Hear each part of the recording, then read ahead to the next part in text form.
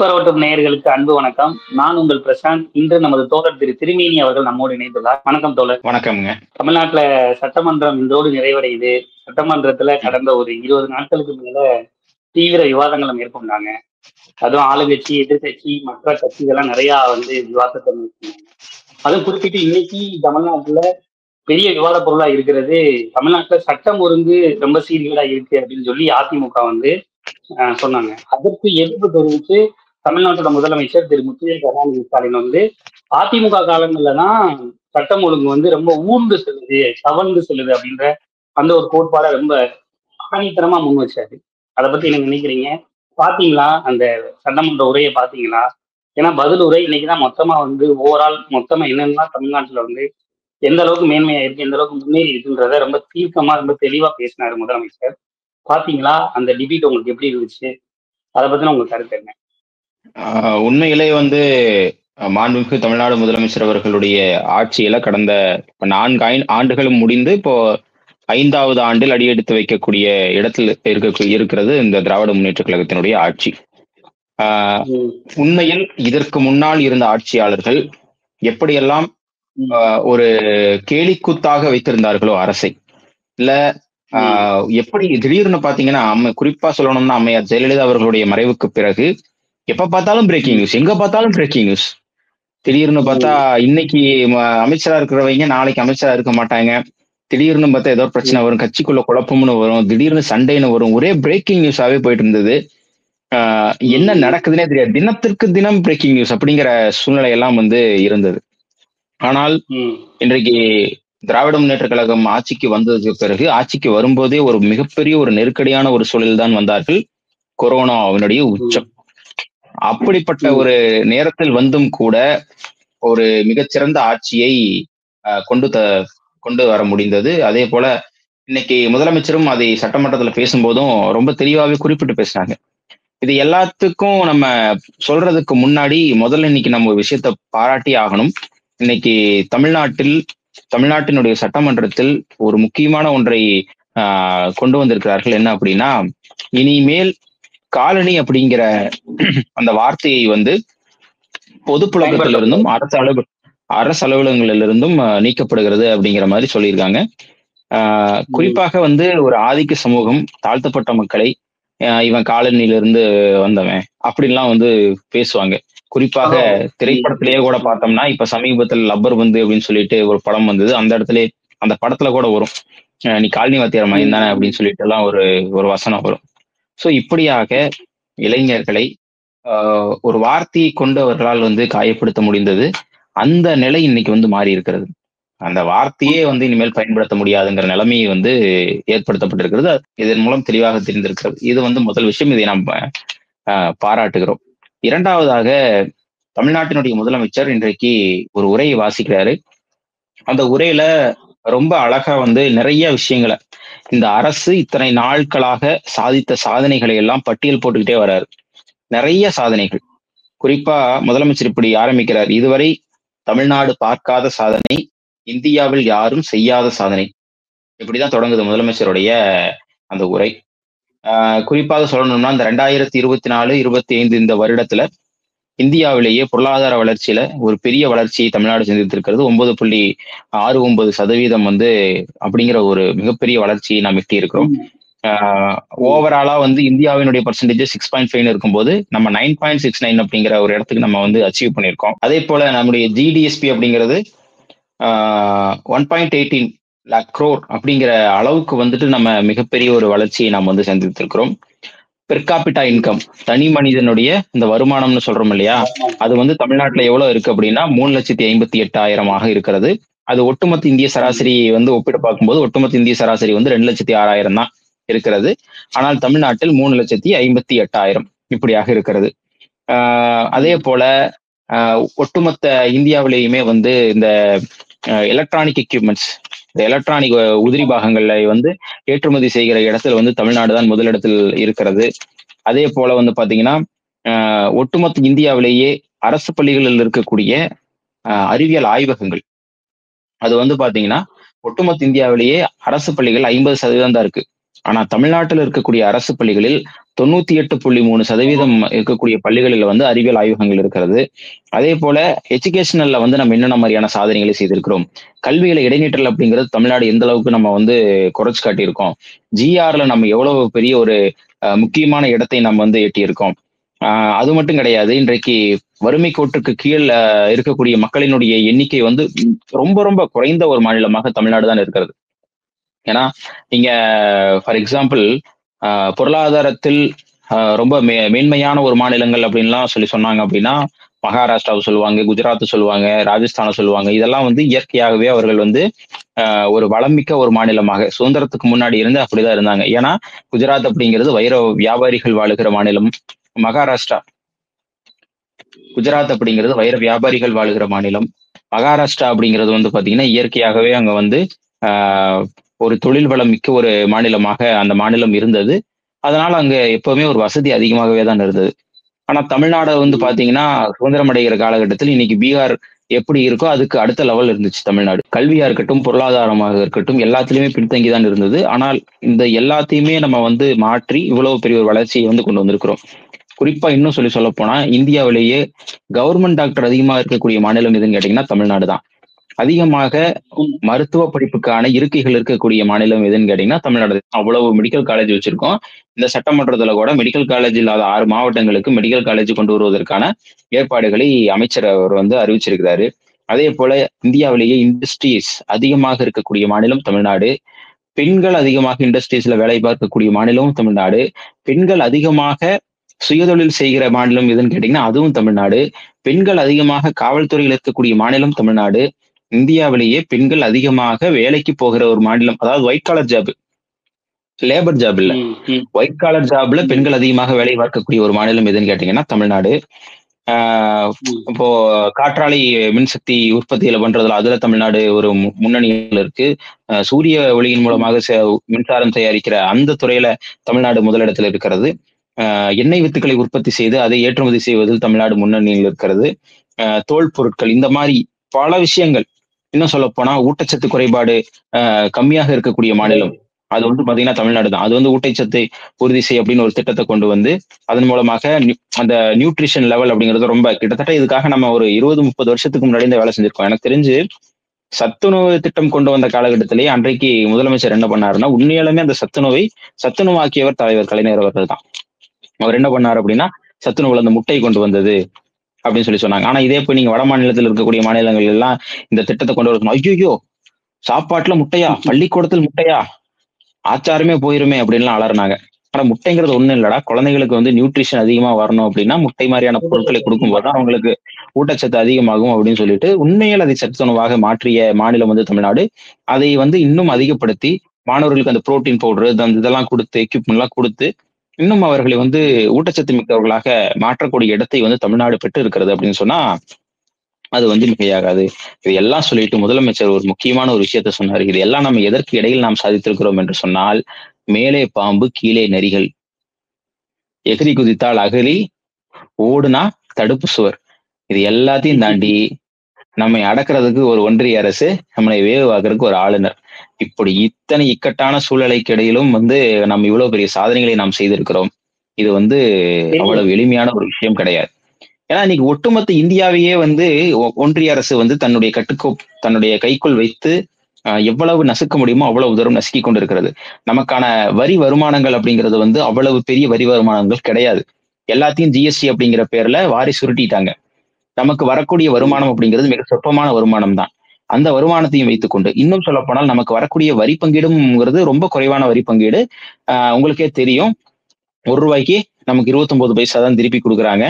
அது மட்டுமல்ல, நமக்கு நியாயமாக கல்வித்துறையில் வந்து சேர வேண்டிய பணம் வந்து சேரல, மகாத்மா காந்தி ஊரக வேலைவாய்ப்பு திட்டத்துக்கு வந்து சேர வேண்டிய பணம் வந்து சேரல. இப்படி எந்த துறையிலையும் வந்து ஏதோ ஒரு வஞ்சக எண்ணத்தோடு ஒன்றிய அரசு தொடர்ச்சியாக செயல்பட்டு கொண்டேதான் இருக்கிறது. ஆனால் தமிழ்நாட்டில் இத்தனை பிரச்சனைகள் வந்த போதும் நம்ம என்ன பண்றோம், தொடர்ச்சியாக பல திட்டங்களை முன்னெடுத்து தொழில்துறையை பெருக்கி அதுக்கு சைமல்டேனியஸா வந்து எஜுகேஷன்ல நம்ம எவ்வளவு ஒரு இம்பார்ட்டன்ஸ் கொடுத்து எஜுகேஷனை வந்து பெருக்கி படிக்க மாணவர்களை அதிகப்படுத்தியதன் காரணமாக இன்றைக்கு சர்வீஸ் செக்டர்ஸ், இண்டஸ்ட்ரியல்ஸ் எல்லாமே முதலீடுகள் வந்து குவிக்கிற மாநிலமாக தமிழ்நாடு இருக்கிறது. ஒரு மாநிலம் அப்படிங்கிறது இவ்வளவு பெரிய ஒரு வளர்ச்சியை சந்திப்பதற்கு தமிழ்நாடு மிக முக்கியமான காரணமாக இருந்திருக்கிறது. அப்போ இதையெல்லாம் வந்து நம்ம ஒரே ராத்திரியில வந்து இதெல்லாம் சாதிச்சிடல. இதற்கு ரொம்ப காலம் எடுத்திருக்கு. அதைத்தான் இன்னைக்கு முதலமைச்சர் சொல்றாரு. ஏன்னா இதுக்கு முன்னாடி இருந்த அரசையெல்லாம் வந்து எப்படி சொல்லுவாங்கன்னா காமராஜர் அரசுன்னு சொல்லுவாங்க, இல்லைன்னா வந்து கலைஞர் அரசுன்னு சொல்லுவாங்க, அண்ணா அரசுன்னு சொல்லுவாங்க, இல்ல எம்ஜிஆர் அரசுன்னு சொல்லுவாங்க. ஆனா நான் வந்து ஸ்டாலின் அரசு நான் சொல்லிக்கல, இதான் நான் திராவிட மாடல் அரசுன்னு தான் நான் சொல்றேன். அதுக்கான காரணம் என்னன்னா, இதற்கான விதையை போட்டு வைத்தவர்கள் பல பேர் இதுக்கு பின்னால் உழைத்திருக்கிறார்கள். அந்த கிரெடிட்டை வந்து அப்படி நான் வந்து பொத்தாம் பொதுவா எனக்கு மட்டும்தான் அப்படின்னு நான் எடுத்துக்க விரும்பல. இது எல்லாமே அவங்க போட்டு வச்ச விதை, அதன் மேல நான் நடக்கிறேன் அப்படின்னு தன்னுடைய முன்னோர்களையும் அவர் மதித்து இந்த விஷயத்துல வந்து அவர் சொல்லியிருக்கிறது ரொம்ப பெருமைப்படக்கூடிய ஒரு விஷயம். இன்னைக்கு அவர் உரையை வாசிக்கும் போதே அண்ணா சொன்ன கூட்டுறதா அவர் சொல்லியே உரையை வாசிச்சாரு. இன்னொன்னு என்ன அப்படின்னா, அவர் வந்து ரொம்ப அவர் தீர்க்கமா சொல்லும் போதே பாத்தீங்க அப்படின்னா, நிதி ஆயோக் நீங்க சொன்ன எல்லாத்தையுமே ஒப்பிட்டு மத்திய அரசா கொடுக்குற அந்த நிதி ஆயோக்ல தமிழ்நாடு வந்து 2வது இடம் போயிருக்கு. இன்னொரு மிக முக்கியமானது என்ன அப்படின்னா, எங்களை மாதிரியான ஒரு குக்கிராமங்கள்ல இருந்து வர்றவங்களுக்கு அது பெரிய கூற்று. கிட்டத்தட்ட இந்தியாவிலேயே ஒரு 100 பல்கலைக்கழகங்கள்ல தமிழ்நாட்டுல 22 பல்கலைக்கழகங்கள் இருக்கு. அது முன்னேற்ற பாதையில அந்த பல்கலைக்கழகங்கள் இருக்குன்றத ரொம்ப தெளிவா சொன்னார். அதுவும் நீங்க ஒரு 2 நாளைக்கு முன்னாடி பாத்தீங்களான்னு தெரியல, பார்த்திருப்பீங்க கண்டிப்பா. நம்ம கல்வி அமைச்சர் வந்து ஒரு சின்ன பிட்டு நோட்டீஸ் கூட இல்லாம கிட்டத்தட்ட ஒரு 1.5 மணி நேரத்துக்கு கல்வியில என்னென்ன புரட்சிலாம் வந்து தமிழ்நாடு அரசு செஞ்சிருக்கு, திராவிட மாடல் அரசு செஞ்சிருக்குன்றத ரொம்ப தெளிவா சொன்னாரு. அந்த விஷயம் வந்து என்டையர் தமிழ்நாட்டுல பெரிய பேசப்படுற ஒரு பொருளா இருந்துச்சு. அது எனக்கெல்லாம் ரொம்ப ஆக்ரோஷமா இருந்துச்சு. அது பார்க்கும்போதே ரொம்ப நம்மளுக்கு யதார்த்தமான மொழிகள். அவர் வந்து இந்த சட்டமன்ற கூட்டத்தொடர்ல மட்டும் கிடையாது, அவர் எல்லா சட்டமன்ற கூட்டத்தொடர்லயுமே பாத்தீங்கன்னா அப்படிதான். கையில ஒரு பிட் பேப்பர் கூட வச்சிருக்க மாட்டாரு. அவ்வளவு ஃப்ளோவாக தன்னுடைய துறைகளில் வந்து என்னென்ன மாதிரியான விஷயம்லாம் நடந்திருக்கு, என்னென்ன மாதிரியான மாற்றங்கள்லாம் நடந்திருக்குங்கிறத புள்ளி விவரத்தோட பதிவு செய்கிறவர் தான் நம்முடைய பள்ளிக்கல்வித்துறை அமைச்சர் திரு. அதாவது எப்படின்னா, ஒப்பனை பண்ணா யாரு வேணாலும் ஹீரோ ஆகலாம், ஆனா கற்பனை பண்ணா கூட ஒருத்தன் கூட கலைஞர் ஆக முடியாது அப்படின்னு சொன்னது. அப்புறம் வந்து கடவுளுக்கு கொடுத்து ஒரு பக்தன் ஆவதை விட ஏழைகளுக்கு கொடுத்து கடவுள் ஆனவர் கலைஞர் அப்படின்லாம் சொன்னது. அதாவது அஞ்சுகத்தாய் பெற்றெடுத்து 5 அடி சிங்கம்னு சொன்னது. இந்த மாதிரி ஒவ்வொரு கூற்றுமே பாக்குறதுக்கு ரொம்ப ஆத்மாத்மமா ஒரு ஒரு தொண்டன் போய் ஒரு அமைச்சராகி அவர் வந்து என்னென்ன சித்தாந்தங்களை, அது திராவிட மொழிகள்ல என்னென்ன விஷயங்களை பேசினா எந்த அளவுக்கு நல்லா இருக்குமோ அதை ரொம்ப யதார்த்தமா பேசினாரு. அதுவும் குறிப்பிட்டு பாத்தீங்க அப்படின்னா, போக்குவரத்துறை அமைச்சர் வந்து ஒரு விஷயத்த சொன்னாரு. அது ரொம்ப ரொம்ப பேசப்படுறது. இந்தியா முழுக்க அது உற்று நோக்குற ஒரு விஷயம். கிட்டத்தட்ட 675.98 கோடி பேர் தமிழ்நாட்டுல அந்த விடியல் பயணம் மூலமா பயணம் செஞ்சிருக்காங்க. அதன் மூலமா ஒரு மாசம் சராசரியா 888 ரூபாயில இருந்து கிட்டத்தட்ட 1200 ரூபாய் வரைக்கும் மிச்சமாயிருக்கு அப்படின்னு சொல்லி சொன்னாங்க. அதாவது தொடர் ஒரு விஷயம் மக்களுக்கு போய் சேர்றது எந்த வழியில கொண்டு போறாங்கன்னு பாருங்களேன். அதாவது பஸ் ஃப்ரீயா கொடுத்துட்றாங்க. அதுலயே வந்து நான் முதல்வன் திட்டம் மூலமா கிட்டத்தட்ட 50 பேர் வந்து கிட்டத்தட்ட யூபிஎஸ்சி எக்ஸாம் எழுதி பாஸ் ஆகுறாங்க. இப்படி ஒவ்வொரு திட்டமும் மக்களுக்கு வந்து ஒரு சைக்ளோன் அவங்க வாழ்வியலுக்கு தேவையான அத்தனை விஷயங்களையுமே திட்டங்கள் மூலியமா கொண்டு போய் சேர்க்கும் போது மக்கள் அதை ஈஸியா பயன்பெறாங்க. அதனாலதான் இன்னைக்கு தமிழ்நாடு நிறைய நீங்க டிரான்ஸ்போர்ட் அப்படின்னு சொல்லும் போது எனக்கு ஒரு விஷயம் ஞாபகம் வருது. டிரான்ஸ்போர்ட் அப்படிங்கிறது வந்து எவ்வளவு ரொம்ப முக்கியமான ஒரு விஷயம். ஏன்னா மக்களை வந்து ஒரு இடத்துல இருந்து இன்னொரு இடத்துக்கு கடத்துறது அப்படிங்கிறது வந்து ரொம்ப முக்கியமான ஒண்ணு. அது ஆமா, அந்த ஒரு பிரிட்ஜ் இருந்தாதான் மக்கள் வந்து வீட்டுல இருந்து ஒர்க் பண்ற ஒர்க் பிளேஸுக்கு நகருவதற்கு ஒரு மிக முக்கியமான ஒரு இதா இருக்கும். அப்படி நகரும் போதுதான் அவங்க வந்து கிராமத்துல இருந்து நகரத்துக்கு போவான். அவனுடைய தொழில் வந்து கிராமத்துக்குள்ளேயே முடங்கி போகாம நகரத்துக்கு போய் விரிவடையும், இல்ல வேலைக்கு போவான். அவனுடைய குடும்பத்தினுடைய பொருளாதாரம் அப்படிங்கிறது உயரும். இப்படி பல்வேறு விஷயங்கள் இருக்கு. இந்த டிரான்ஸ்போர்ட் அப்படிங்கறத முதல்ல அரசுடைமையாக்கி அத தமிழ்நாட்டின் கிராமங்கள் தோறும் அது வந்து அதை விரிவுபடுத்தினதுல மிக முக்கியமான பங்கு யாருக்குன்னு கேட்டீங்கன்னா கலைஞர் அவர்களுக்கு உண்டு. ஏன்னா அவர் வந்து போக்குவரத்து துறை அமைச்சராக இருந்தவர். அவருடைய காலகட்டத்தில் தான் வந்து அவருடைய காலகட்டங்களில் தான் முதலாக வந்து பேருந்துகள் வந்து அரசுடைமையாக்கப்பட்டுச்சு. அந்த போக்குவரத்து துறையில ஒரு பெரிய ஒரு மாற்றங்களை எல்லாம் கொண்டு வந்தவர் தான் கலைஞர். அதே போல நீங்க வந்து பாத்தீங்கன்னா பள்ளிக்கூட குழந்தைகளுக்கு வந்து இலவசமா பஸ் பாஸ் கொடுத்தது, இன்னைக்கு இருக்கக்கூடிய விடியல் பயண திட்டம், இந்த மாதிரி பல்வேறு திட்டங்களை கொடுத்ததோடு மட்டுமல்லாமல் அதுக்கான இன்ஃப்ராஸ்ட்ரக்சரை வந்து பெருமளவில் உருவாக்கி வச்சது வந்து பாத்தீங்கன்னா தமிழ்நாட்டுல தான். இதே இந்தியாவில் இருக்கக்கூடிய பிற மாநிலங்கள் எல்லாம் போய் டிரான்ஸ்போர்ட் கார்பரேஷன் இந்த அளவுக்கு வந்து செயல்படுதான்னு கேட்டீங்கன்னா கிடையாது. நிறைய பேர் சொல்லுவாங்க டிரான்ஸ்போர்ட் கார்பரேஷன் அப்படிங்கிறது நட்டத்தில் இயங்குகிறது. குறிப்பா வந்து 2 டிபார்ட்மெண்ட்டை ரொம்ப பாயிண்ட் பண்ணி சொல்லுவாங்க. எலக்ட்ரிசிட்டி டிபார்ட்மெண்ட்டும் இது டிரான்ஸ்போர்ட்டும் வந்து எப்பவுமே ரொம்ப நட்டத்தில் இயங்குற ஒரு டிபார்ட்மெண்ட் அப்படின்லாம் சொல்லுவாங்க. அது நட்டத்தில் இயங்குறது கிடையாது. அது உண்மையில் என்னன்னு கேட்டா மக்களுக்கான மிக முக்கியமான பயன்பாடாக இருக்கக்கூடிய டிரான்ஸ்போர்ட்டை உருவாக்கி தரக்கூடிய ஒரு டிபார்ட்மெண்ட். அந்த டிபார்ட்மெண்ட்டுக்கு என்ன பண்ணணுமோ, அந்த டிபார்ட்மெண்ட்ல என்னென்ன மாதிரியான மாற்றங்களை கொண்டு வரணுமோ அதை அரசு வந்து ரொம்ப ஒரு கவனம் எடுத்து செஞ்ச காரணத்தினாலதான் இன்னைக்கு டிரான்ஸ்போர்ட் டிபார்ட்மெண்ட்ங்கிறது இவ்வளவு பெரிய ஒரு வளர்ச்சியை சந்திச்சிருக்கு. இன்னைக்கு டிரான்ஸ்போர்ட் டிப்போக்களா இருக்கட்டும், இல்ல அது சம்பந்தப்பட்ட மற்ற விஷயங்களா இருக்கட்டும், எல்லாத்துலயுமே வந்து தமிழ்நாடு வந்து ஒரு பெரிய ஒரு ரீச்சை போய் அடைஞ்சிருக்கு. அந்த கனெக்டிவிட்டி கொண்டு வந்தது வந்து டிரான்ஸ்போர்ட் டிபார்ட்மெண்ட்னாலதான் முடிஞ்சது. சோ அந்த ஒரு பெரிய விஷயம் நீங்க சொன்னீங்கல்ல, நீங்க சொன்னதான் அமைச்சர் பேசுவாங்க. 1955 வந்து அங்க அமெரிக்கால எல்லாம் பாத்தீங்கன்னா அப்பவே வந்து ஒரு கருப்பர் வெள்ளையர்களுக்கே வந்து போக்குவரத்துல நிறைய இடையூறுகள் இருந்துச்சு. அப்பவே நிறைய சிரமங்கள் இருந்துச்சு. ஆனா கலைஞர் வந்து அண்ணா ஆட்சி காலங்கள்ல கலைஞர் போக்குவரத்துறை அமைச்சரா இருக்கும்போது முத தனியார் போக்குவரத்துல இருந்த போக்குவரத்து, அதாவது பல்லவன், பாண்டியன் அந்த மாதிரி இருக்கும் போக்குவரத்துலாம். அதெல்லாம் வந்து அரசுடைமையாக்கி தமிழ்நாடு அரசு போக்குவரத்து கழகம் ஒரு கழகத்தை உண்டு பண்ணி அதற்கு மூலியமா நிறைய செயல்பாடுகளை பண்ணாரு. அதுக்கு முன்னாடி அவர் என்ன பண்ணாரு? அது பின்னால பண்ணினது. அது வந்து பின்னால பண்ணினது. அதாவது அரசு போக்குவரத்து கழகங்களினுடைய பெயரை எல்லாம் மாற்றி ஒரே இதா வந்து தமிழ்நாடு அரசு போக்குவரத்து கழகம்னு மாத்தினது வந்து லேட்டரா பண்ணதுதான். ஆனா முதல்ல அரசுடைமையாக்குனது வந்து பாத்தீங்கன்னா கலைஞர் தான். அது வந்து மறக்க முடியாது. ஒரு தனியார் வசம் இருக்கிறது பொது விஷயமா போனாதான் அது மக்களுக்கு பயன்பெறும்ன்றத அன்றையே சிந்திச்சு அதன் வழியா செயல்படுற அரசாங்கத்தை தான் அவர் தலைவருமே நீ சொன்னார். அதாவது முன்னோர்கள் அந்த துவக்கி வைத்தது. ஆமாங்க. இப்போ பிரைவேட் அப்படிங்கிறவன் ஒரு லாப நோக்கோட செயல்படுறவன். அரசு அப்படிங்கிறது மக்களிடத்தில் லாப நோக்கத்தோட செயல்பட முடியாது. அவன் மக்களுக்கான எது தேவையோ அதை உருவாக்கி கொடுக்கறது ஒரு அரசினுடைய வேலை. அப்ப லாப நோக்கம் இல்லாத ஒரு துறையாக எது இருக்கும்னா பொதுத்துறை நிறுவனங்கள் மட்டும்தான் இருக்கும். பொதுத்துறை நிறுவனங்களை அதிகப்படுத்துறதன் மூலமா தான் மக்களுக்கு எளிமையாக எல்லா சேவைகளையும் கொண்டு போய் சேர்த்த முடியும். ஃபார் எக்ஸாம்பிளுக்கு BSNL மாதிரி, ஏர் இந்தியா மாதிரி. இன்னைக்கு அதெல்லாம் வந்து மத்திய அரசு கண்டுக்கிறதுல இல்ல வித்து தின்றுச்சுன்னு வச்சுக்கோங்கவேன். ஆனா தமிழ்நாட்டு அரசினுடைய இந்த பொதுத்துறை நிறுவனங்கள் எல்லாமே ஒரு வளர்ச்சியை சந்திச்சிருக்குன்னு தான் நம்மளால சொல்ல முடியும். குறிப்பா டிரான்ஸ்போர்ட் கார்பரேஷன்ஸ் எதுவா இருந்தாலும் சரி, இந்த ஒரு பெரிய ஒரு சாதனையை வந்து தமிழ்நாடு சாதித்திருக்கிறது. அந்த வழியில் வந்த முதலமைச்சர் அவர்கள் அதான் முதலமைச்சர் அடுத்து ஒரு தகவல் சொன்னார். அதாவது இதுவரைக்கும் நடந்தது வந்து தமிழ்நாட்டின் ஒரு முதல் பகுதி தான். இனிதான் தமிழ்நாடு 2.0 சந்திக்க போகுது அப்படின்னு சொன்னாரு. அது வந்து ஒட்டுமொத்த அவையிலே ஒரு பெரிய கரகோஷத்தை எழுப்புச்சு. அப்ப என்னன்னா இதுவரைக்கும் நீங்க அழகா பட்டியலிட்டீங்க. அந்த பட்டியலிட்ட கூற்றுகள் ஒவ்வொன்றையும் பார்க்கும்போது தமிழ்நாடு மேன்மை மிகுந்த ஒரு மாநிலமா மித்த மாநிலம் ஒப்பிடும்போது மேன்மையான ஒரு இடத்துல இருக்கு. அப்ப 2026களுக்கு அப்புறம் 2.0 அப்படின்னா அது என்ன மாதிரியான விஷயங்களை நமது முதலமைச்சர் சொல்ல வராரு அப்படின்றத எளிய மக்களுக்கு எப்படி புரிய வைக்கிறது? எளிய மக்களுக்கு அதை எதை சொல்ல வராரு? அதாவது அடுத்த கட்டமா வளர்ச்சியை நோக்கி போகுதுன்னு சொல்றாரு. அது என்ன மாதிரியான விஷயங்களா இருக்கும்? மேபி இன்னும் ஏதாச்சும் ஒரு திட்டங்களை புதுசு பண்ணுவாங்களா? இல்ல இப்ப இருக்கிற திட்டங்களை அப்டேட் பண்ணுவாங்களா? இல்ல ஏன்னா இனி வந்து 2026க்கு அப்புறம் தேர்தலுக்கான ஒரு கால சூழலும் இருக்கு. அப்படி இருக்கிற சூழல்ல அந்த குறைந்த காலகட்டங்கள்ல என்ன மாதிரியான முன்னெடுப்புகளை திராவிட மாடல் அரசு செய்யும் நீங்க நினைக்கிறீங்க? இல்ல தேர்தல் அப்படிங்கிறது ஒரு பக்கம் இருந்தாலுமே கூட ஒரு அரசு வந்து மக்களுக்கு என்ன செய்யணுமோ அதை செய்துதான் ஆக வேண்டும். அது ரொம்ப ரொம்ப முக்கியமான ஒன்று. அந்த வகையில பார்த்தா தமிழ்நாடு வந்து பேசிக்கா சில விஷயங்களை வந்து எப்பவுமே ரொம்ப ஸ்ட்ராங்கா வச்சிருக்கும். முதல் விஷயம் எஜுகேஷனு, ரெண்டாவது வந்து சுகாதாரத்துறைய முக்கியமான இடத்துல வைத்திருக்கும். டிரான்ஸ்போர்ட், எலக்ட்ரிசிட்டி இந்த மாதிரி துறைகளை எல்லாம் வந்து கூடுதல் கவனம் செலுத்தும் எப்பவுமே. அதுல இன்னும் வந்து என்ன பண்ணி என்ன அப்கிரேடேஷன் பண்ண முடியும் அப்படிங்கிறத வந்து தமிழ்நாடு அரசு தொடர்ச்சியாக சிந்திச்சுக்கிட்டே தான் இருக்கும். அது மட்டும் இல்ல, இன்னைக்கு டெக்னாலஜி அப்படிங்கிறது ரொம்ப இம்பார்ட்டன்டான ஒண்ணா இருக்கு.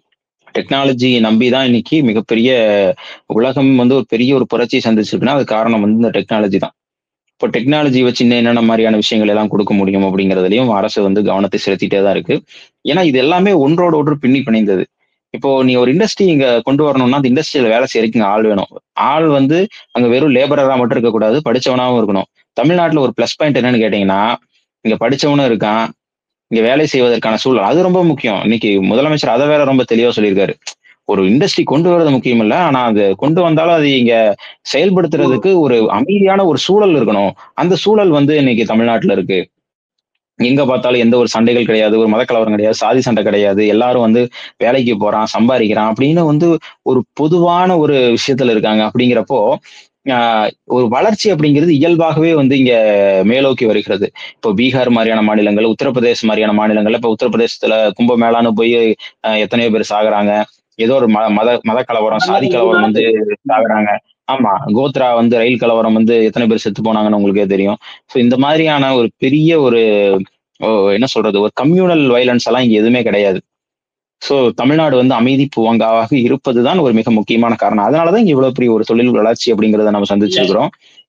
இது தொடர் இப்ப இன்னைக்கு தமிழ்நாட்டுல பேசு பொருளா இருந்தது வந்து அந்த ஊர்ந்து தவழ்ந்து அப்படின்ற அந்த 2 வார்த்தை தான். அதை வந்து அவை குறிப்புல இருந்து நீக்க வேண்டிய வார்த்தைகள் இல்லைன்றதுதான் தமிழ்நாடு முதலமைச்சர் திரு முத்துவேல் கருணாநிதி ஸ்டாலின் அவர்கள் சொன்னாரு. அதற்கு அதிமுகவோட எதிர்க்கட்சியா இருக்கிற அதிமுக சொன்ன கூற்று என்ன அப்படின்னா, தமிழ்நாட்டுல சட்டம் ஒழுங்கு சீர்கேடா இருக்கு, சட்டம் ஒழுங்குல பாதுகாப்பு இல்ல இன்னைக்கு அப்படின்னு சொல்லி சொன்னாரு.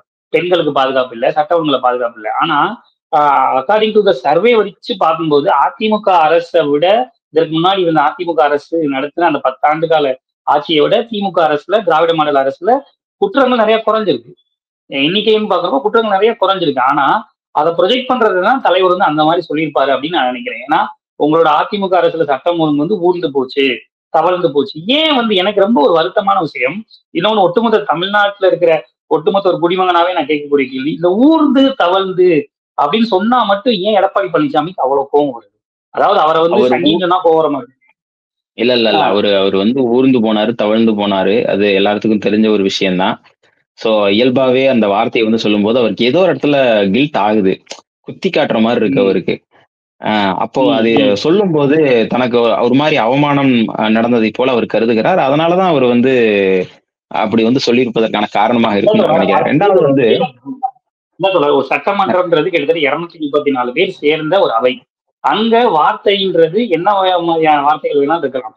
குற்றமுள்ள நெஞ்சு குறு குறுக்குன்றதுக்காக அந்த ஊர்ந்து தவழ்ந்து அது பேசக்கூடாதுன்னு அவை குறிப்புல இருக்கா? அப்படியே இல்ல இல்ல. அப்ப வந்து அந்த வார்த்தை பர்டிகுலரா போகும்போது அது பெரிய ப்ரொஜெக்ஷன் இல்ல ஆகுது. அதுதான் அதாவது ஒரு இல்லைங்க இல்லைங்க அதுதான் முதலமைச்சரே சொல்லிட்டாரு. இது வந்து ஊர்ந்து தவழ்ந்து அப்படிங்கிறது ஒண்ணு அன்பார்லிமெண்டரி வேர்டு கிடையாது. குழந்தை ஆமா. தவழ்கிறதுன்னு நம்ம பேசுறோம். ம், அதுல என்ன தப்பு இருக்கு அப்படின்னு சொல்லிட்டு முதலமைச்சர் ரொம்ப தெளிவாவே விளக்கி பேசி விட்டார். இருந்தாலும் வந்து அவர்கள் வந்து தையத்தான் குதிச்சாங்க. அதனால எந்த ஒரு ம், பிரயோஜனமும் கிடையாது. முதல் விஷயம். சோ ம், முதல்ல இந்த சட்டம் ஒழுங்கு அப்படிங்கிற ஒரு விஷயத்த பத்தி நீங்க பார்க்கணும்.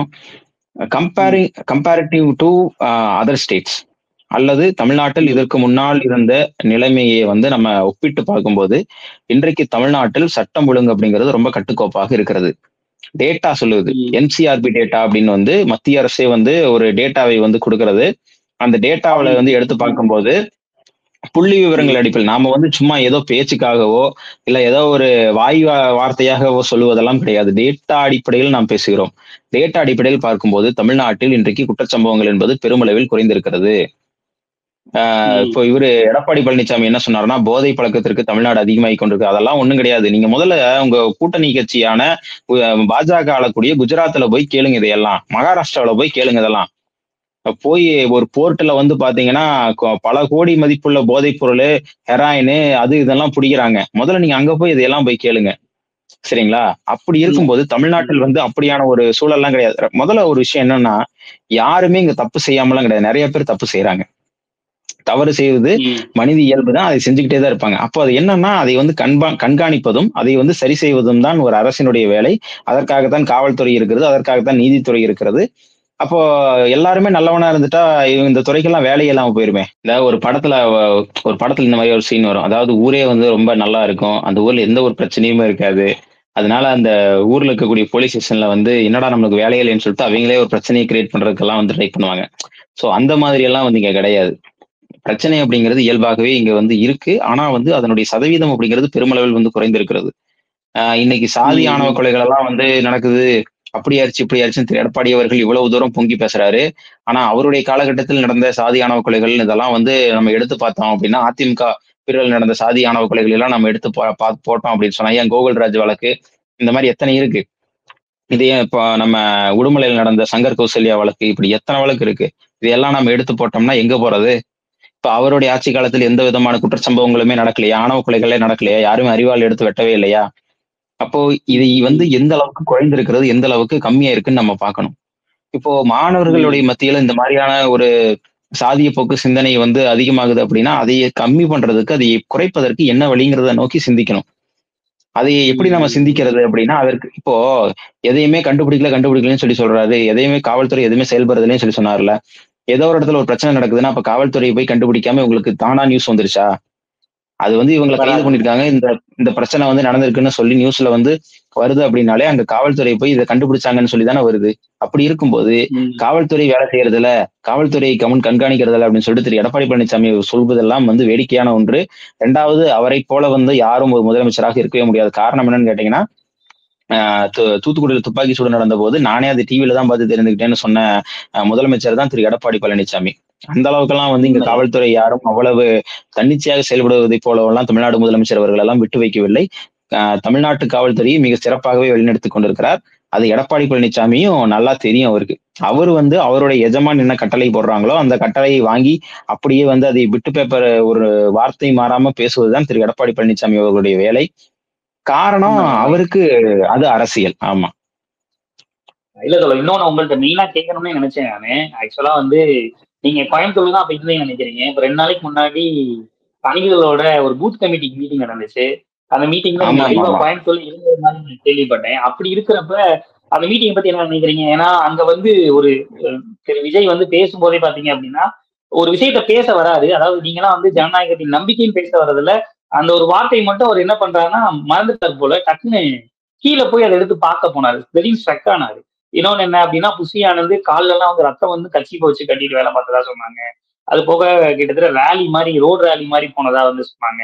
இந்த மாதிரி நிறைய கூற்றுகள் வந்து வந்துகிட்டே இருந்துச்சு. இன்னொன்னு பூத் கமிட்டினா என்ன? எதற்காக பூத் கமிட்டி அமைச்சாங்க? இன்னும் நீங்க லைவா கோயம்புத்தூர்ல இருந்தீங்க. அது என்ன மாதிரி கலைபரம் நடந்துச்சு? அது எப்படி ஏதாச்சும் துணுக்குகள் ஏதாச்சும் கிடைச்சா கொஞ்சம் சொல்லுங்களேன் இன்ட்ரெஸ்டிங்கா. இல்லைங்க. கேட்கறதுக்கு நல்லா இருக்கும். நான் கோயம்புத்தூர்ல இருந்தாலும் வந்து அன்னைக்கு 2 விஷயம் நடந்துச்சு கோயம்புத்தூர்ல. ஒண்ணு வந்து திராவிட இயக்க தமிழர் பேரவை நடத்தின சுயமரியாதை இயக்கத்தினுடைய 100ஆண்டு விழா மாநில மாநாடு வந்து கோயம்புத்தூர்ல நடந்தது. அந்த மாநாட்டுல கலந்துக்கிறதுக்காக தான் நான் போயிருந்தேன். இன்னொரு பக்கம் வந்து பாத்தீங்கன்னா, நீங்க சொன்ன மாரி அணில் குஞ்சுக்களினுடைய அந்த ஒரு கூட்டம் வந்து நடந்தேறியது. அந்த கூட்டம் நடந்தேறுச்சுன்னு எனக்கு தெரியும். பட் ஆனா நான் நேரடியா அங்க போய் பார்க்கல. ஆனா செவிவழி ஆ, வந்த செய்திகளும், பல காணொளிகளையும் பார்த்து தான் நானே தெரிஞ்சுக்கிட்டேன். கிட்டத்தட்ட நான் இங்க இருந்த இடத்துல இருந்து ஒரு 10, 20 கிலோமீட்டர் 10, 15 கிலோமீட்டர் தள்ளி தான் அந்த கூட்டம் நடந்தது. அவ்வளவுதான் இருந்துச்சு. ஆனா பெருமளவுல எல்லாம் அத பத்தி எனக்கு ஒண்ணும் பெருசா வந்து தகவல் தெரியல. ஆனா நானும் அந்த வீடியோ எல்லாம் பார்த்து கேட்கறது தெரிஞ்சுக்கிட்டேன். இல்ல, நான் கேட்கறது என்ன கேட்கிறேன் அப்படின்னா, நீங்க வந்து ஒரு சுயமரியாதைக்கான ஒரு 100வது ஆண்டு ஒரு மாநில மாநாடுக்காக போயிருக்கீங்க. இந்த பக்கம் வந்து பாத்தீங்க அப்படின்னா, தலைவரை வந்து அந்த கேட்ட திறந்து விட்டா ஓடி போய் பாக்குறதும், மேல இருந்து மரத்துல இருந்து குதிச்சு ஒரு துண்டு போடுறதும், இந்த மாதிரியான ஒரு ஒரு கூத்து நடக்குது. சோ நீங்க வந்து ஒரு சுயமரியாதைக்கான ஒரு தளத்துல நீங்க பயணிக்கிறீங்க. இங்க இந்த மாதிரி அன்அபிஷியலா ஒரு அழுக்கா இங்கிட்டு நடக்குது. ஒரு பக்கம் சுயமரியாதைக்காக 100வது ஆண்டை கொண்டாடுற ஒரு மாநாடு நடக்குது. இன்னொரு பக்கம் ஒரு பூத் கமிட்டியா ஒரு சின்ன பசங்களெல்லாம் வச்சு ஒருங்கிணைச்சு, அதாவது எப்படி சொல்றது, ரோட்ல வந்து டக்குன்னு மாலை போடுறதும், மேல இருந்து குதிக்கிறதும், மரத்துல இருந்து தாவுறதும், தலைவான்னு கத்துறதும், கேட்டை திறந்து அத்தனை பேர் ஓடுறதும், நாங்க பார்த்தே ஆகணும்னு சொல்றதும், இந்த மாதிரியான ஒரு சில கூத்துகள் நடக்குது. இது இளைஞர்களுக்கான, ஏன்னா இளைஞர்கள் அந்த மாதிரியான ஒரு பாதையில தானே நோக்கி போறாங்க. இந்த 2 பக்கமான இளைஞர்களோட கண்ணோட்டத்தை ஒரு இளைஞனா நீங்க எப்படி பாக்குறீங்க? நான் உங்கள்ட்ட தெரிஞ்சுக்கிறதுக்காக கேட்கிறேன். இளைஞனா நான் ஒரு மதுரையில இருக்கிறேன், நீங்க கோயம்புத்தூர்ல இருக்கீங்க, லைவா அங்க நடந்துச்சு, உங்க ஊர்ல நடந்துச்சு. ஸோ அது எப்படி நீங்க பாத்தீங்க? உங்களோட அழுத்தம் தான் என்ன? அந்த வார்த்தைகள் என்னன்னு நான் கேட்கிறேன். அதாவது இன்றைய சமூகம் இந்த மாதிரியான ஒரு பாதையை நோக்கி போகுது. நான் வந்து தாவேகா கட்சியோட பூத் கமிட்டி கூட்டம், விஜய் பேசினது, அங்க நடந்த கன்றாவியை பத்திலாம் நான் கேட்க விரும்பல. ஜென்ரலா கேட்கிற கேள்வி. இப்படி ஒரு சமூகம் இப்படி போகுது, இங்க ஒரு சமூகம் இந்த மாதிரியான ஒரு சூழலை கையாளுது. இதை நீங்க எப்படி பாக்குறீங்க? அணில்கள் வழக்கமா என்ன பண்ணும்? மரத்துக்கு மரம் தாவும். அததான் பண்ணியிருக்காங்க. அதுதான் பண்ணியிருக்காங்க. வேற என்ன பண்ண முடியும்? அணில்கள் என்ன பண்ணும்? மரத்துக்கு மரம் தாவும். அததான் பண்ணியிருக்காங்க. ஓகேவா? இதுல நம்ம கருத்து சொல்றதுக்கு வேற என்ன இருக்கு? அதாவது விஜய் அவர்கள் அவரை பத்தி பேசவே வேணாம்னு நான் நினைக்கிறேன். பட் இருந்தாலும் நம்மளை மீறி வந்து சில விஷயங்கள் வந்து சொல்ல வைக்குது. விஜய் வந்து சொன்னாரு, அண்ணாவையெல்லாம் எடுத்துக்காட்டி சொன்னாரு. அண்ணா இப்படிதான் இளைஞர் பட்டாளத்தை வைத்துதான் இந்த திராவிட முன்னேற்ற கழகம்ங்கிற ஒரு கட்சி அமைச்சாரு. அதே மாதிரியான ஒரு பெரும் இளைஞர் பட்டாளம் நம்மிடத்தில் இருக்கிறது அப்படின்லாம் வந்து பெருமை மிக்க வரிகளாக திரு விஜய் அவர்கள் எல்லாம் பேசுறாரு. ஆனா அங்க ஒரு ஒரு ஃபுல் ஸ்டாப் இருக்கு. ஒரு விஷயம் இருக்கு. என்னன்னா, அண்ணா எந்த மாதிரி இளைஞர்களை திரட்டினாரு, விஜய் அவர்கள் என்ன மாதிரியான இளைஞர்களை திரட்டுகிறாரு அப்படிங்கறத இங்க ரொம்ப முக்கியமான ஒண்ணு. அண்ணா திரட்டிய இளைஞர்கள் எல்லாரும் கொள்கைவாதிகள், அவர்கள் எல்லோரும் சுயமரியாதைக்காரர்கள். ரெண்டாவது, அந்த இளைஞர்களை வழிநடத்திய இளைஞர்கள் எல்லாருமே வந்து யாருன்னா மிகப்பெரிய சுயமரியாதை பற்றுள்ள, கொள்கை உணர்வுள்ள பெரும் தலைவர்கள். அண்ணாவே அன்னைக்கு இளைஞர் தான். அண்ணாக்கு கீழே இருந்த தலைவர்கள்லாம் யாருன்னு பாத்தீங்கன்னா மதியழகனா இருக்கட்டும், தலைவர் கலைஞராக இருக்கட்டும், நெடுஞ்செழியனாக இருக்கட்டும், அன்பழகனாக இருக்கட்டும், இப்படி நிறைய பேர். இவங்க எல்லாருமே யாருன்னு கேட்டீங்கன்னா பெரிய சிந்தனையாளர்களாக இருந்தார்கள். ஒரு பெரிய அளவிலான இயக்கத்தின் கொள்கைகளை கொண்டு போய் சேர்க்கிறவர்களாக இருந்தார்கள். ஆனா இன்னைக்கு விஜய் பின்னாடி இருக்கக்கூடிய இளைஞர்கள்லாம் யாரு? தலைவா அப்படின்னு கத்திக்கிட்டு, கேட்ட திறந்தா ஓடிட்டு, இல்ல செவ்வறு ஏறி குதிச்சுக்கிட்டு, இப்படியான இளைஞர்களைத்தான் திரு விஜய் வந்து தன் பக்கம் வைத்திருக்கிறார். இதுல ரொம்ப குறிப்பா சொல்லணும்னு சொன்னா, இதுல நிறைய பேர் வந்து பாத்தீங்கன்னா இன்னும் 18 வயசே பூர்த்தியாகாதவர்கள், எல்லாம் பள்ளிக்கூடத்து பசங்க. அவங்க வந்து நாளைக்கு படிச்சுட்டு வரும்போது விஜயினுடைய அரசியல் என்ன அப்படிங்கறதும் அவர்களும் தெரிஞ்சுக்குவாங்க. ஒரு அரசியல் அப்படிங்கிறது என்ன, அரசியலுக்கு அடிப்படையான கொள்கை என்ன, கோட்பாடுனா என்ன அப்படிங்கிறது திரு விஜய் அவர்கள் இன்னும் தெள்ள தெளிவாக ஒரு வெளியில் வந்து சொல்லவே கிடையாது. அப்படி சொல்லாத போது நம்ம அதை பற்றி கவலைப்படணுங்கிற அவசியம் கிடையாது. ஏன்னா கொள்கை இல்லாத ஒரு இயக்கம் அப்படிங்கிறது அது காட்டாற்று வெள்ளத்தில் அடிச்சுட்டு போற மாதிரிதான் அடிச்சுட்டு போயிடும். ஆனா ஒரு கொள்கை உள்ள ஒரு இயக்கம் அப்படிங்கிறது நூற்றாண்டுகளை கடந்து தாங்கி நிற்கும் அப்படிங்கிறதுக்கு 2 நாட்களுக்கு முன்னாடி நடந்த சுயமரியாதை இயக்க மாநில மாநாடு தான் ஒரு மிகப்பெரிய ஒரு சாட்சி. அந்த மாநாட்டுல நம்முடைய தமிழ்நாட்டினுடைய துணை முதலமைச்சர் அவர்கள் பேசும்போது ரொம்ப தெளிவாகவே சொன்னார், இந்த சுயமரியாதை இயக்கம்ங்கிறது அவ்வளவு சாதாரணமான விஷயம் கிடையாது. இது 100 ஆண்டுகளாக கடந்து நிக்குது அப்படின்னு சொன்னா இதுக்கு பின்னாடி இருந்த அந்த தலக்கர்த்தர்கள் அவர்களுடைய கொள்கை தான் மிக முக்கியமான காரணம் இந்த இயக்கம் இவ்வளவு தூரம் வந்து ஸ்ட்ராங்கா நிக்குதுன்னா அதுக்கு காரணம் இந்த கொள்கைகள் தான். அப்ப அதை கொள்கையின் வழியாக வழிநடத்துகிற தலைவர்களை நாம் பெற்றிருக்கிறோம். கொள்கையை கொண்டு இப்போதும் வழிநடத்தி கொண்டிருக்கக்கூடிய தலைவர்களை நாம் பெற்றிருக்கிற காரணத்தால் இந்த இயக்கம் இவ்வளவு பெரிய ஒரு இயக்கமாக விரிவடைந்திருக்கிறது. இன்னைக்கும் அது மக்கள் மத்தியில் நின்று பேசப்படுகிறது. சரிங்களா? இப்போ கொள்கை இல்லாதவர்கள் எல்லாம் வந்து அவர்களை பற்றி நாம் கவலைப்பட வேண்டிய அவசியம் இல்லை. அதுதான் நம்ம வலுவான வார்த்தை, அதாவது வலிமை மிக்க ஒரு வார்த்தை. நீங்க சொன்னது வந்து இன்னைக்கும் தமிழ்நாடு வந்து நிறைய கொள்கைவாதிகளை கையில வச்சு இயங்குது. அதாவது அண்ணா ஒரு கூற்று சொல்லுவாங்க, அதாவது உலகத்தோட ஒரு பகுதி தான் தமிழ்நாடு, ஆனா தமிழ்நாட யாராலையும் எவராலையும் வேட்டையாட முடியாது அப்படின்ற கூற்றை ரொம்ப அழுத்தமா சொல்லுவாங்க. அதுக்கு காரணம் என்ன அப்படின்னா, நீங்க சொன்னதான் முழுக்க முழுக்க உண்மை. அண்ணா வந்து திராவிட முன்னேற்ற கழகத்தை தொடங்கும் போது நிறைய எண்ணற்ற இளைஞர்கள் அண்ணா பின்னாடி நின்றாங்க. இந்த அத்தனை பேருமே கருத்தியல் ரீதியாகவும் திராவிட சித்தாந்தத்தையும் கையில எடுத்துக்கிட்டாங்க. ஏன்னா அன்னைக்கு வந்து சாதி ரீதியா நிறைய ஒடுக்குமுறை இருந்துச்சு, ரொம்ப மத மாதிரியான நிறைய பிரச்சனைகள் இருந்துச்சு. அன்னைக்கு படிப்போட முக்கியத்துவமே நிறைய தெரியல. அன்னைக்கு வந்து ரொம்ப ரொம்ப ரொம்ப ரொம்ப ஏழ்மையில நிறைய பேர் பாதிக்கப்பட்டு இருந்தாங்க. ஆனா இன்னைக்கு தமிழ்நாடு இன்னைக்கு நடந்த சட்டமன்றம் அதற்கு மிகப்பெரிய எடுத்துக்காட்டு. அதுல சொன்ன நம்ம தலைவர் சொன்ன அத்தனை கூற்றுகளுமே ரொம்ப பேசப்பட வேண்டியது. இறுதியா ஒரே ஒரு கேள்வி, தமிழ்நாடு போராடும், தமிழ்நாடு வெல்லும் அப்படின்ற ஒரு கூற்றை கையில எடுத்து கிட்டத்தட்ட 234 தொகுதியிலையுமே இந்த இந்திய எதிர்ப்பு, நம்மளோட நிதி பகிர்வுக்கு வந்து ஒரு குறைவு, அதே நேரத்துல வந்து தொகுதியோட அந்த மறுசீரமைப்பு, இந்த மூணுக்குமே பாத்தீங்க அப்படின்னா 234 தொகுதியிலையுமே கிட்டத்தட்ட ஒரு போராட்டத்தை திராவிட முன்னேற்ற கழகத்தை சேர்ந்த இளைஞரணி நிர்வாகிகள் தமிழ்நாடு முழுக்க சீரும் சிறப்பா அதை செஞ்சு முடிச்சுட்டாங்க. சோ தமிழ்நாடு தொடர்ந்து போராடி கொண்டு அதற்கு வெற்றியும் காமிச்சிருச்சு. இப்ப என்னன்னா இங்க அடுத்த கட்டமா, அதாவது 2.0 அப்படின்னு தலைவர் சொல்றாரு. இந்த பக்கம் ஒரு பக்கம் வந்து தேர்தலுக்கான வேலைப்பாடுகளை மற்ற கட்சிகள் தொடர்ந்து செஞ்சுக்கிட்டே இருக்கு. ஆனா மக்களோட பார்வையில திராவிட முன்னேற்ற கழகத்துக்கு வலுவான ஒரு அடித்தளம் இந்த சட்டமன்ற உரையிலே கிடைச்சிருச்சுன்னு நானும் நினைக்கிறேன், நீங்கள் நினைப்பீங்கன்னு நான் நம்புறேன். என்னோட இறுதியான கேள்வி என்ன அப்படின்னா, இனி வர்ற காலங்கள்ல மக்கள்கிட்ட என்ன மாதிரியான திராவிட சித்தாந்தங்களையும் திராவிட சிந்தனைகளையும் அழுத்தமா கொண்டு போய் சேர்க்கணும்? எதன் மூலியமா நம்ம மக்களை நேரடியா போய் சந்திக்கணும்? இனி இருக்கிற இளைஞர்கள் எதன் வழியா திராவிடத்தை வந்து கொண்டு போகணும் அப்படின்னு நான் கேட்கிறேன். எதன் வழியா? இதுதான் திராவிடம், இப்படிதான் பேசணும், இப்படிதான் நம்ம வந்து அடுத்த கட்டமா நம்ம லைஃபை டிராவல் பண்ணணும் அப்படின்ற ஒரு சினாரியோக்குள்ள கொண்டு வரணும் பசங்களை, இளைஞர்களை. அப்படின்னா என்ன பண்ணலாம் அப்படின்னு கேட்கிறேன். இல்ல, அது சுயமரியாதை உணர்வு தான் நான் சொல்லுவேன். அது பேசிக்கே வந்து பாத்தீங்கன்னா சுயமரியாதை உணர்வும் அது இருந்துட்டாலே போதுமானது. எந்த ஒரு தலைவர்கள், நான் யார் நம்முடைய தலைவரா இருக்கணும், நமக்கு என்ன கொள்கையை வந்து நம்ம தேர்ந்தெடுக்கணும் அப்படிங்கறத இளைஞர்களே வந்து புரிஞ்சுக்கிறக்கூடிய அளவு அவர்களுக்கு வந்துட்டாலே போதும்னு நான் நினைக்கிறேன். அது வந்து எப்படி வரும்னா, வெறும் கல்வியோட வந்து சேராது. கல்வியோடு சேர்ந்து கொஞ்சம் எதையும் ஆய்ந்து அறிகிற பகுத்தறிவு சிந்தனையும் இளைஞர்களுக்கு வேணும்னு நான் நினைக்கிறேன். அது ரொம்ப ரொம்ப முக்கியம். ஏன்னா வெறுமனே வந்து படிச்சுட்டோம், வீட்டுல சொல்றோம், அதை அப்படியே வந்து நம்ம கேட்டுட்டோம் அப்படின்னு சொல்லி போனோம் அப்படின்னா அதுல எந்த ஒரு நல்லதுமே கிடையாது. குறிப்பாக ஒரு உலகம் போற்றுகிற ஒரு பெரிய அறிஞர்னு சொல்லக்கூடிய ரிச்சர்ட் டாக்கின்ஸ் வந்து ஒரு வாசகத்தை வந்து சொல்லுவாராம். நான் ஒருத்தன் படிச்சுட்டான் அப்படின்னு சொன்னா அவனுடைய படிப்பை எதை கொண்டு நாம் அளவிடுவது, அதுக்கு என்ன யாட் ஸ்டிக் அப்படின்னு சொல்லி அப்படின்னு சொல்லி நம்ம பார்த்தோம்னா, அவன் படிச்சதுக்கு அப்புறம் அவங்க வழியா அவங்க குடும்பத்துல ஒரு விஷயத்த சொல்லி கொடுத்துருப்பாங்கல்ல, அதையெல்லாம் வந்து யார் எதிர்க்கிறானோ அவன் உண்மையான கல்வியறி உடையவனாக மாறுகிறான்னு சொல்லி அவர் சொல்றாரு.